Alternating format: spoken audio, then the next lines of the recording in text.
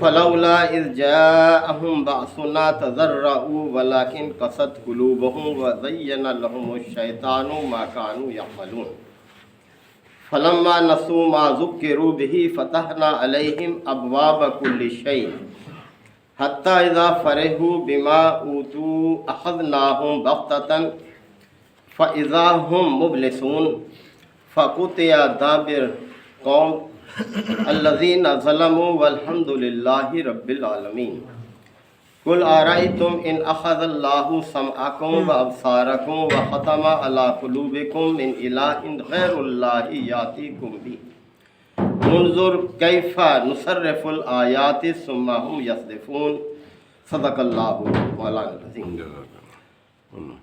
دراز سورہ الانعام کے یہ 5ویں رکوع کی ابتدائی آیات ہیں۔ پوری آیات میں اللہ تعالیٰ نے منکرین حق کے حوالے سے توجہ دلائی ہے کہ انہیں طرح طرح سے اللہ کی اطاعت اور بندگی کی طرف دعوت دی جا رہی تھی، لیکن وہ اپنی ہی ضد اور ہٹ دھرمی پر قائم تھے۔ تو مختلف اللہ تعالیٰ نے اپنے طریقوں کا ذکر کیا ہے کہ ہم نے کس کس طرح سے منکرین حق کو دیکھیں، توجہ دلائی۔ فرمایا کہ وَلَقَدْ أَرْسَلْنَا إِلَىٰ أُمَمٍ مِّن قَبْلِكَ، اے نبی صلی اللہ علیہ وسلم آپ سے پہلے بھی ہم نے قوموں کی طرف رسول بھیجے، یعنی یہ سلسلہ بلکہ سب سے پہلا انسان جو زمین پہ آیا وہ اللہ کا رسول تھا، یعنی حضرت آدم علیہ السلام۔ اور احادیث میں جو ذکر ملتا ہے 1,24,000 کے لگ بھگ، یعنی اتنے پیغمبر رسول اللہ کی طرف سے آئے۔ تو اے نبی صلی اللہ علیہ وسلم آپ سے پہلے ہم نے قوموں کی طرف رسول بھیجے۔ فَأَخَذْنَاهُمْ بِالْبَأْسَاءِ وَالضَّرَّاءِ، پھر ہم نے انہیں سختی اور مصیبت میں پکڑ لیا، یعنی جب انہوں نے پیغمبروں کی دعوت کو قبول نہیں کیا اور اپنی ہی ضد پر رہے، بلکہ پیغمبروں کے قتل کے بھی در پہ ہمیں، تو پھر ہم نے مصائب اور مشکلات میں ان کو مبتلا کیا۔ اور کس لیے کیا؟ لعلہم یتضرعون، کہ شاید وہ عاجزی اور انکساری اختیار کریں، یعنی جھک جائیں، قبول کرنے والے بن جائیں۔ فلولا اذ جاءہم باسنا، پھر کیوں نہ ایسا ہوا کہ جب ہماری پکڑ ان پر آئی، تضرعوا، وہ جھک جاتے۔ ہونا تو یہ چاہیے تھا کہ جب اللہ کی طرف سے سخت حالات آئے تو انہیں جھک جانا چاہیے تھا، عاجزی اختیار کرنی چاہیے تھی، لیکن ولیکن قست قلوبہم، ان کے دل تو پہلے سے بھی سخت ہو گئے اور زیادہ ہٹ دھرم بن گئے۔ وَزَيَّنَ لَهُمُ الشَّيْطَانُ مَا كَانُوا يَعْمَلُونَ، اور جس رویے پر وہ قائم تھے شیطان نے ان کے لیے اسی رویے کو خوشنما بنا دیا۔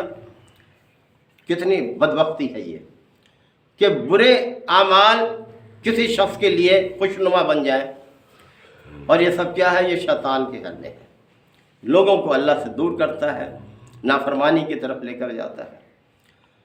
تو یہ رویہ تو یہ ہونا چاہیے تھا کہ ان سختیوں کی وجہ سے وہ نرم پڑتے، عاجزی اختیار کرتے، لیکن شیطان نے ان کے اعمال کو ان کے لیے خوشنما بنا دیا۔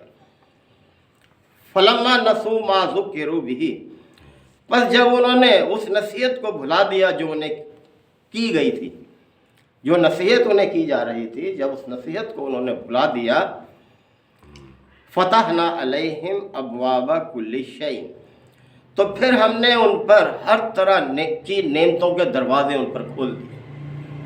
دیکھیں یہ بھی ایک انداز ہے اللہ تعالیٰ نے، پہلے یہ کہ سختی میں مبتلا کیا تاکہ عاجزی اختیار کریں، لیکن جب وہ اس سے سبق لینے والے نہ بنے اور شیطان نے ان کے اعمال کو خوشنما بنا دیا، تو اللہ تعالیٰ فرما رہے ہیں کہ پھر ہم نے ان پر اپنی نعمتوں کے دروازے کھول دیے، خوب انہیں آسائشیں دی۔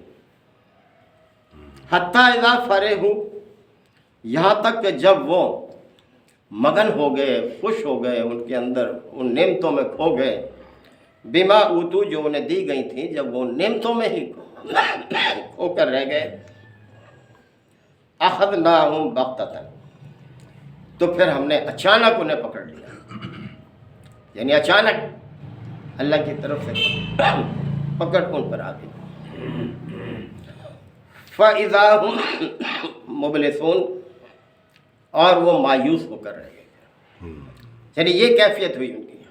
تو جب ہم نے انہیں نعمتوں سے ہمکنار کیا اور پھر وہ اس میں پوری طرح سے مگن ہو گئے ان نعمتوں میں، تو پھر ہم نے انہیں اچانک پکڑ لیا اور پھر وہ ہر طرف سے مایوس ہو گئے، یعنی کوئی ان کو بچانے والا نہ تھا، ہماری پکڑ سے انہیں کوئی محفوظ رکھنے والا نہ تھا۔ فَقُطِعَ دَابِرُ الْقَوْمِ، بس ہم نے ان قوموں کی جڑ کاٹ کے رکھ دی، ایسے ہو گئے جیسے کبھی تھے بھی نہیں۔ دیکھ لیں قوم نوح، قوم عاد، قوم ثمود، قوم لوط، یعنی یہ سب تذکرے موجود ہیں کتابوں کے اندر۔ فَقُطِعَ دَابِرُ الْقَوْمِ، بس ہم نے ان قوموں کی جڑ کاٹ کے رکھ دی، الَّذِينَ ظَلَمُوا، جنہوں نے ظلم کا راستہ اختیار کیا، یعنی اپنے اوپر بھی ظلم کیا، اللہ پر بھی ظلم کیا۔ ظلم کا سادہ مفہوم یہ ہے کہ حق تلفی کرنا، ظلم کا مطلب حق تلفی کرنا۔ اللہ کا یہ حق ہے انسانوں پر کہ انسان اس کی بندگی کرے، اور اس کی دلیل بھی ہے۔ دلیل یہ ہے کہ پیدا اس نے کیا، پرورش اس نے کیا، نعمتیں وہ دے رہا ہے، یعنی جو کچھ بھی ہے ہمیں حاصل ہے کس کا دیا ہوا ہے؟ اللہ ہی کا دیا ہوا ہے۔ لہذا انسان کا حق ذمہ داری ہے کہ وہ اللہ کی اطاعت اور بندگی کرے، اس کا بندہ بن کر رہے۔ تو فرمایا کہ جو لوگ پھر ظلم کرنے والے تھے ان کی ہم نے جڑ کاٹ کے رکھ دی۔ والحمدللہ رب العالمین، اور اے لوگو سب تعریفیں اللہ ہی کے لیے، یعنی کائنات میں ایک ایک چیز پر انسان غور کرے تو پوری زندگی بھی لگا رہے تو اس کا احاطہ نہیں کر سکتا۔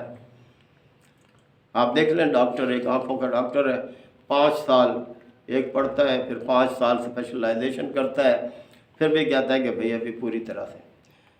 کوئی دل والا ہے، کوئی گردوں والا ہے، گردے والے سے پوچھو دل کے بارے میں کہ بھئی میں نہیں، ان کے پاس نہیں۔ یعنی اللہ تعالیٰ کا کتنا وسیع ایک نظام ہے کہ عقل حیران ہوتی ہے۔ پودوں کے نظام پر غور کر لو، پرندوں کے نظام پر غور کر لو، آبی مخلوقات کے نظام پر غور کر لو، انسان حیران ہوتا ہے۔ کل اے نبی صلی اللہ علیہ وسلم آپ فرما دیں، ارائیتم، کیا تم نے کبھی غور کیا ہے، ان اخذ اللہ سمعکم و ابصارکم، کہ اگر اللہ تعالیٰ تمہاری سماعت اور تمہاری بینائی سلب کر لے، قدرت رکھتا ہے وہ، جس نے دی ہیں یہ صلاحیتیں وہ واپس بھی لے سکتا ہے۔ تو اے لوگوں جو مخالفت کر رہے ہو، کیا تم نے کبھی اس بات پر غور کیا ہے کہ اللہ تعالیٰ اگر تمہاری سماعت اور تمہاری بصارت سلب کر لے، وَخَتَمَ عَلَىٰ قُلُوبِكُمْ، اور تمہارے دلوں پر مہر لگا دے۔ دلوں پر مہر لگانے کا مطلب ہے کہ سوچنے سمجھنے کی صلاحیتیں بھی تمہاری ختم کر دے۔ من الہ غیر اللہ یاتیکم بھی، تو اللہ کے علاوہ کون خدا ہے جو تمہیں یہ چیزیں واپس لوٹا دے؟ کوئی جواب نہیں مخالفین کے پاس اس کا۔ تم نے جو معبود بنا رکھے ہیں طرح طرح اللہ کے مقابلے میں، کون ہے جو تمہیں یہ نعمتیں عطا کر دے؟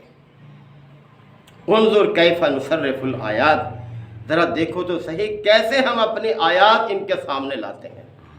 یعنی اللہ تعالیٰ کس طرح سے دیکھیں توجہ دلا رہا ہے، پہلے پکڑ کے ذریعے سے، سختی میں مبتلا کر کے، پھر نعمتوں سے دوچار کر کے، تو فرمایا کہ ہم کس طرح سے اپنی آیات پھرا کے ان کے سامنے لاتے ہیں۔ ثم ہم یصدفون، اور پھر بھی یہ اس سے نظریں چراتے ہیں، کنی کتراتے ہیں ان سے۔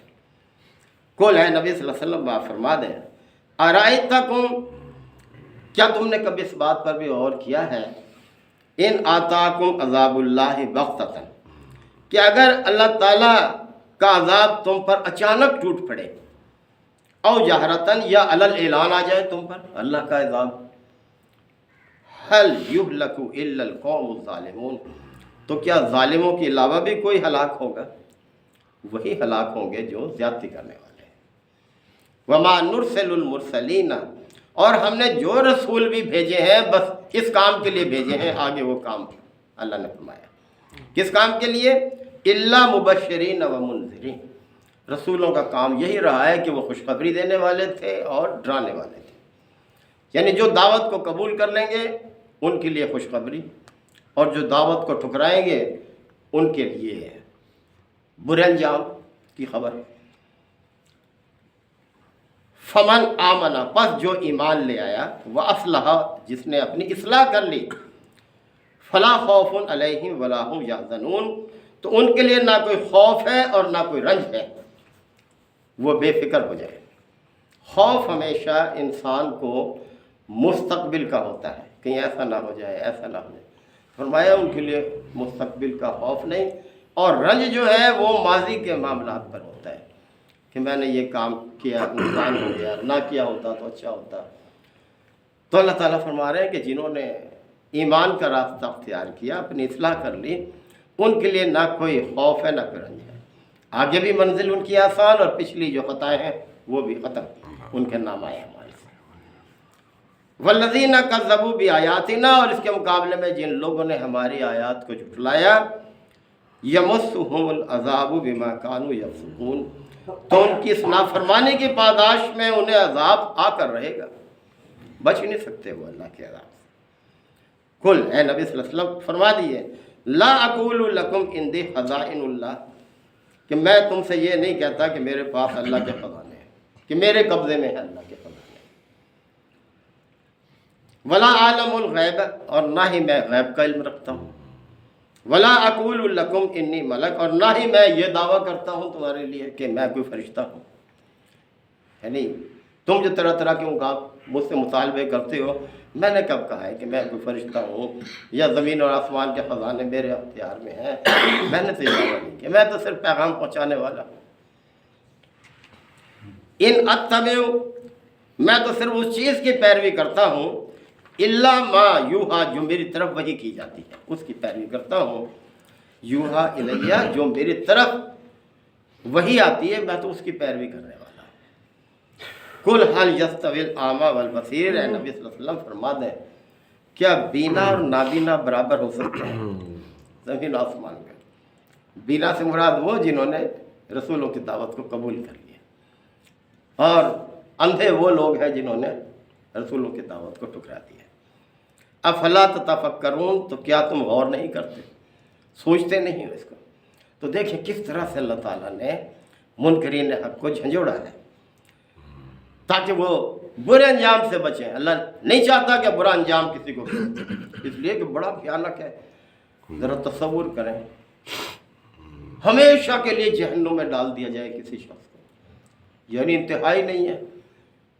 آخرت کی زندگی تو ہمیشہ کی زندگی ہے نا، جو کفر کا راستہ اختیار کرے گا ہمیشہ کے لیے، اور جو نیک راستہ اختیار کرے گا ہمیشہ کے لیے جنت میں۔ تو اس طرف توجہ دلائیے۔ تو رسولوں کا کام یہی رہا ہے کہ وہ خوشخبری دینے والے اور ڈرانے والے رہے ہیں۔ اللہ تعالیٰ یہاں سے سبق حاصل کرنے کی توفیق عطا فرمائے۔ وآخر دعوانا الحمد للہ وسلام علی عبادہ الذین اصطفیٰ ربنا آتنا فی الدنیا حسنہ وفی الآخرۃ حسنہ وقنا عذاب النار وادخلنا الجنۃ مع الابرار یا عزیز یا غفار یا رب العالمین۔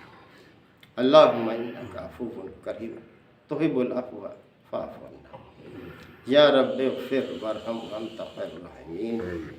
صلی اللہ تعالیٰ علی خیر خلقہ محمد وآلہ وصحبہ اجمعین۔